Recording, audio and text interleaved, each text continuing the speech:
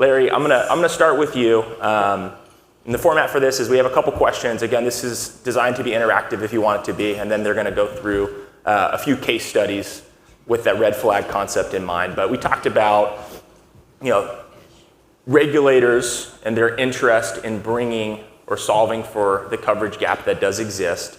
And with that, we've seen people like Fred Reich come out and predict 80% of groups can have their needs met by an exchange or a group plan or a PEP type of product. So for our advisors in the room, what urgency should they be responding to in terms of understanding these solutions, maybe thinking about building these solutions and bringing the concepts to their plan sponsor clients and prospects? Thanks, Alex. It's interesting, and I think because I've been in the business so long, you start to look back when, risk-based funds first came out. Oh, that was bad, right? And then you had target funds. Oh, that's gonna, have a problem for the advisor. But we all evolved, right? We learned to work around it. And I think as we take a look at these different multiple employer type plans, whether it's MEP, PEP, GOP, as Alex had mentioned, we're gonna figure it out. But they're not going away. You have to take a look at your business and see how you're going to be able to just really adapt to it. I see it as a great opportunity in those right situations. So initially we see the growth in those, or at least at Voya, we put over 60 multiple employer plans last year in the program and on our platform, and much of that has been smaller plans. But as you see, there's this evolution in terms of looking at mid and larger plans and how they fit. And we have two large plans that we've done multiple employer plans, whether it's Total Source, we're the record keeper, or the ABA. So they do right. They're not going away. I think that's the first thing you have to realize. Then I think you have to look at your book of business and see how it fits. For smaller employers, and even though we might work in the mid-market, we have smaller employers, right? Everybody has smaller employers. They have an owner, client that has a small business, needs a solution. MEPs can be a great way to do it from a margin standpoint, where you can help them manage their fiduciary risk, both on the investment side.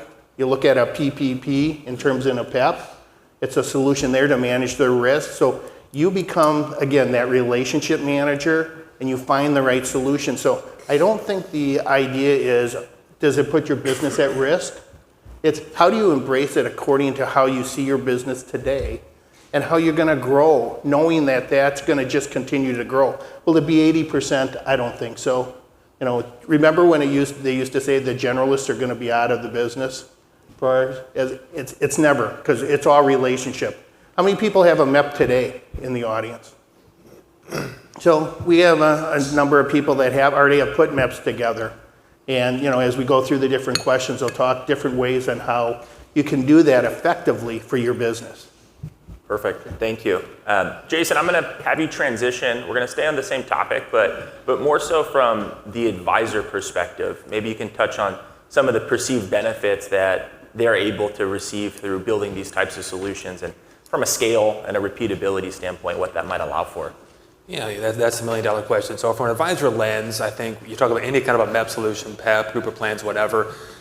The true benefit is, as I'm thinking about my practice, my block, I'm trying to find economies of scale, I'm trying to find efficiency. How I look at that is, what are some of the friction points that come along with me trying to do my job for multiple clients? And does kind of a pooled employer plan solution help solve that? The answer is yes. To some of what Larry said before, it's commonality of plan design, pooled plan provider, 316, 338.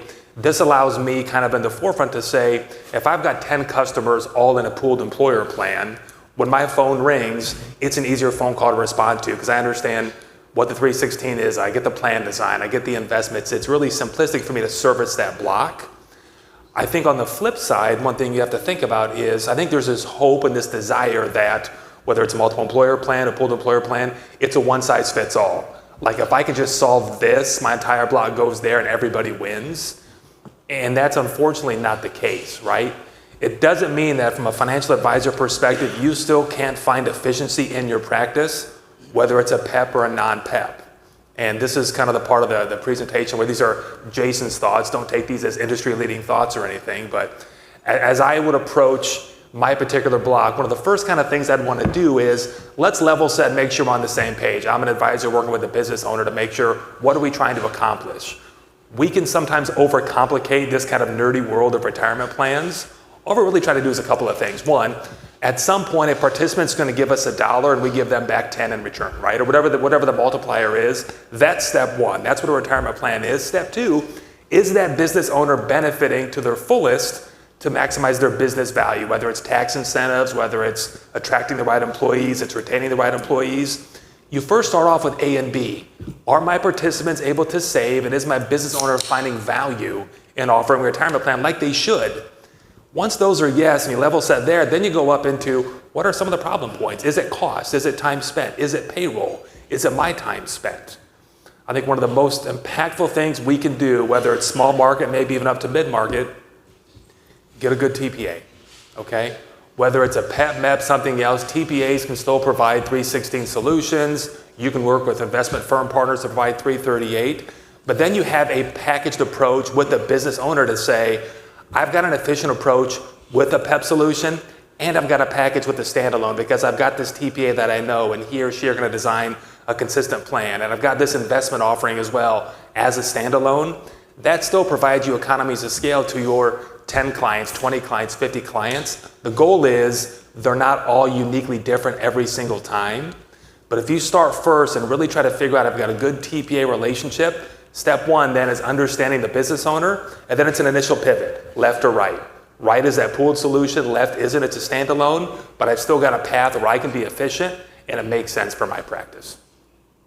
Jason, thank you. So, right, I heard you say there's a need to have multiple of these types of solutions, right? I think initially the reaction was that PEPs are going to be lower in cost than what you could do through a group plan type of solution where you're maybe acting as a 338, using an outsourced 338, incorporating a TPA, a 316 as well.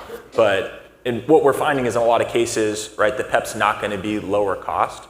So how are you seeing groups make that determining factor where the PEP might not be the better solution? Is it strictly based on this plan's not requiring an audit today, they're probably pretty far from requiring an audit, or is there other determining factors that might dictate that?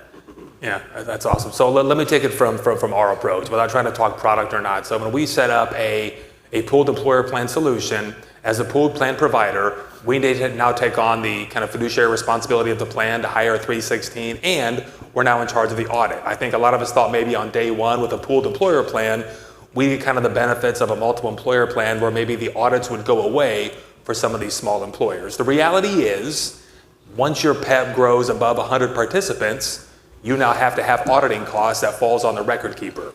That comes at a pretty significant cost, which can sometimes be passed along to the business owner who's a part of that plan. Plus you've got 316, 338. So in and of itself, A versus B, standalone versus pooled employer plan, I think don't assume the pooled employer plan is going to be a less expensive option, but that's okay. With a pooled employer plan, I get the peace of mind of a fiduciary acting as the pooled plan provider, a 316 solution, a 338 solution, a financial advisor, multiple parties taking care of the day-to-day. That's value. So I think sometimes the sticker shock of this versus that is so much more, but if we can have the conversation of what we're trying to solve for that business owner, if I'm a customer who's really looking to reduce my burden, reduce my time spent on payroll, reduce the complexity of all these plan design and investment conversations, because quite frankly, I'm agnostic, that's why I've hired you, a pooled employer plan makes a ton of sense. But it's the other side where I want individual decisions, I want my own solutions, I want to kind of be unique in my particular offering. That may end up at a lower cost than a PEP, but it also may not. It really depends on what you're going to bring alongside that with a 316 or 338. So hopefully you put yourself in the position of being able to talk about the value you're bringing to the business owner and the value for that cost. And at the end of the day, regardless of what it costs from a retirement plan perspective, we try to compare apples to apples in the retirement plan space. Think about the healthcare plan, think about the dental plan, think about the disability plan, think about the other benefit costs they have in relation to their retirement plan. I think you'll find in comparison, it's less of a cost. Maybe start the conversation there. Perfect, thank you. And what always comes back to my mind is for those of you who have built your own PEP, the retention aspect that those allow for. right? If someone wants to fire you and they're in an exchange type of product, there might already be a 338, right? You have to think about what your role is as the advisor, whereas within the PEP product, they truly have to go through conversion to leave that. So it is a little bit stickier. Larry, maybe a question for you though is for people that are adopting into maybe an open PEP out there that, they're not the 338, they haven't built it on their own.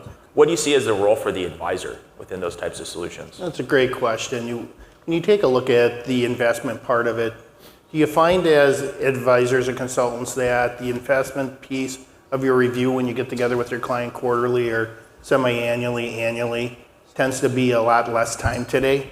It's just become more efficient, right? Whether it's data that you're able to get or the cost have become so efficient. And so I think you as advisors, you look to evolve. And in terms of doing that, you look at what's your value statement. Well, first and foremost, you're always going to be the advocate, right? You always have to reinforce that every time you have that meeting. Tell them what you do. You have to always remind them because people have short memories. And then I think the other part to it comes into being able to understand how is their business changed, meaning your clients. Do they want to get rid of fiduciary responsibility? Well, PEP's a great possibility to look at, right? You have a PPP that takes over the plan sponsor responsibility. You can take a look at, in terms of the aspect in a PEP, the 316. So does your employer want to get rid of fiduciary responsibility, lessen the risk, right? That's a role you can play for them as you put that together. And then from a pricing standpoint, help them understand what all the costs are, right? In terms of, as we take a look at, Jason talked about the audit costs. So these plans that have over 100 participants, that audit cost, such as in a PEP, is paid by the PPP, generally speaking, most of the PEPs that are out there.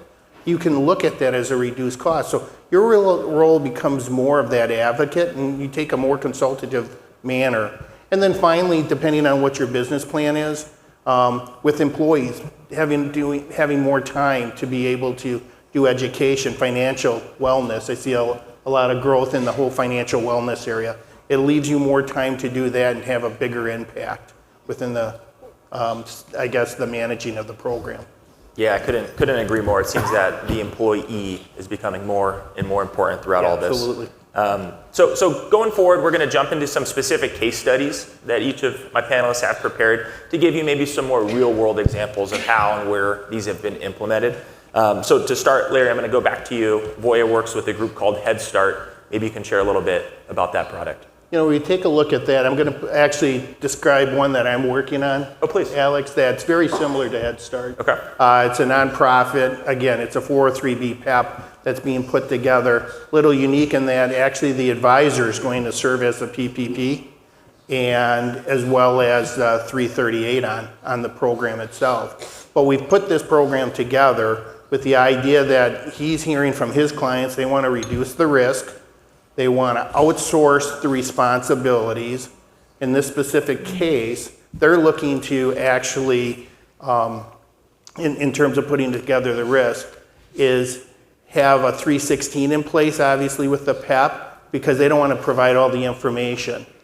And within place, they also are looking to put in a payroll provider that can handle 338. So the whole idea of putting this PEP together is, but what do you make it different? How does it work for their business? And it's going to be an open PEP throughout the country.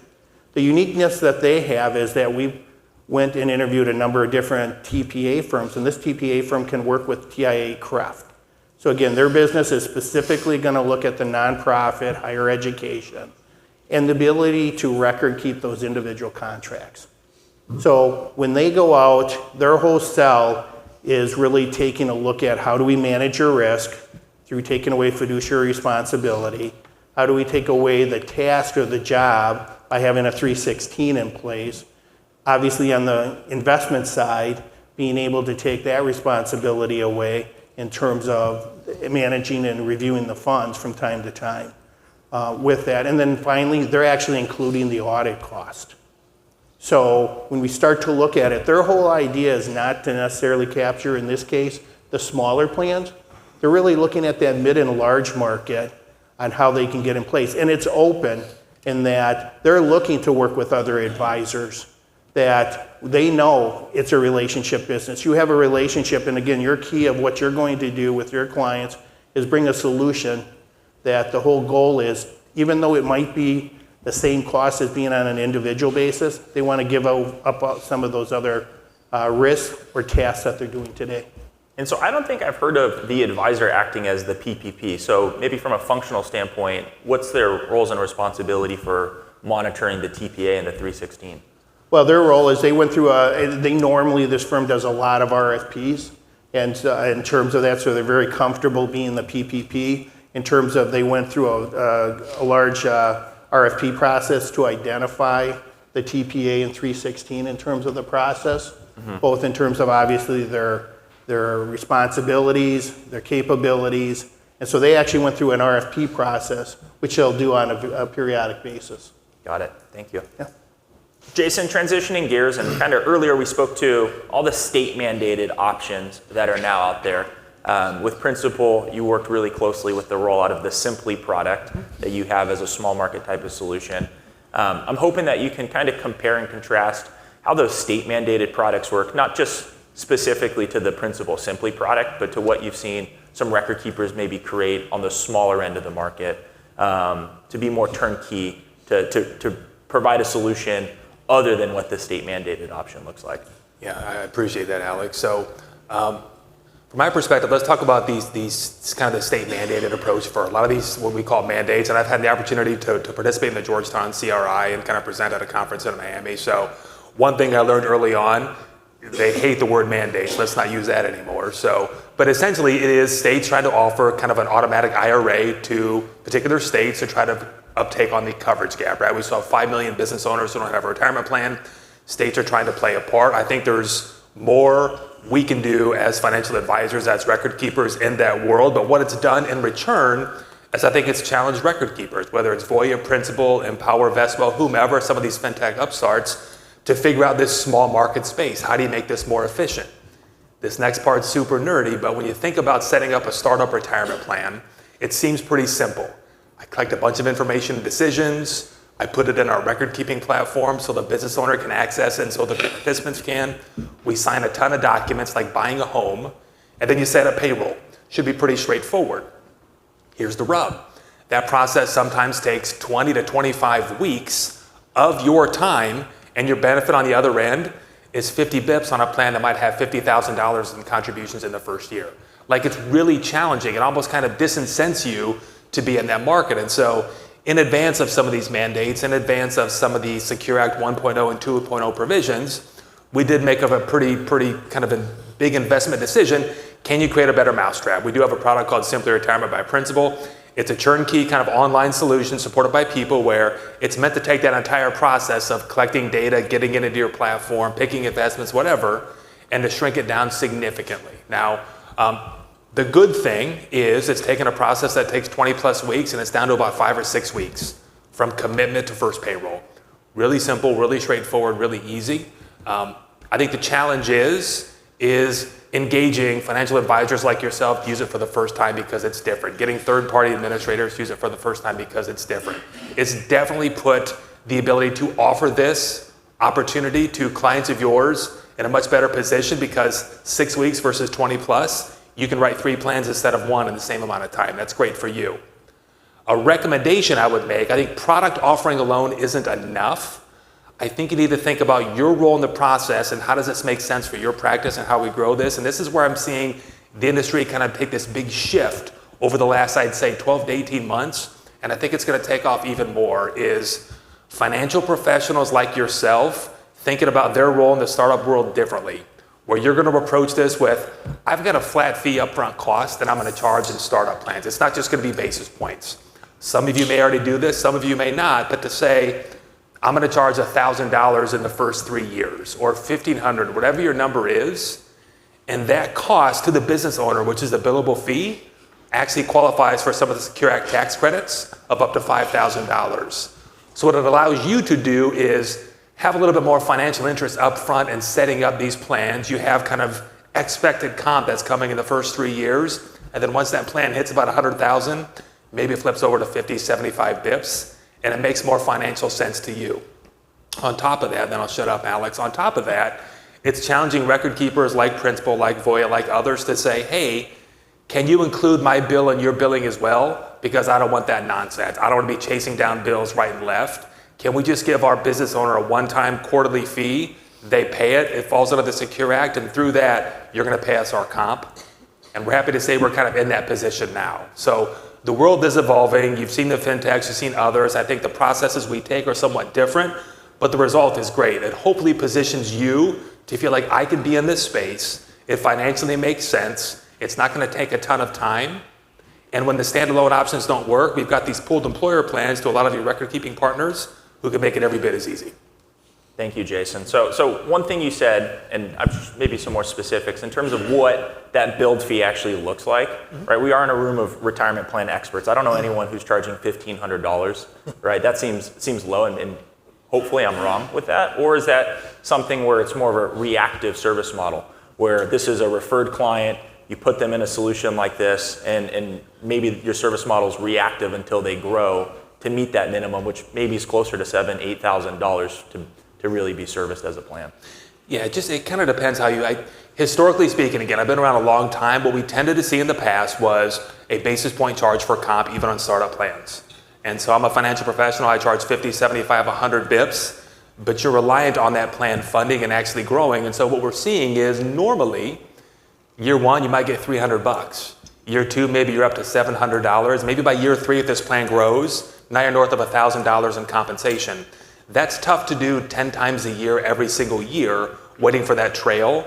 And so what we're seeing today is maybe financial professionals up front trying to decide what is that kind of part where my compensation kind of makes sense. From our product offering perspective, just to kind of be very transparent, assume it's about $2,000 a year, okay?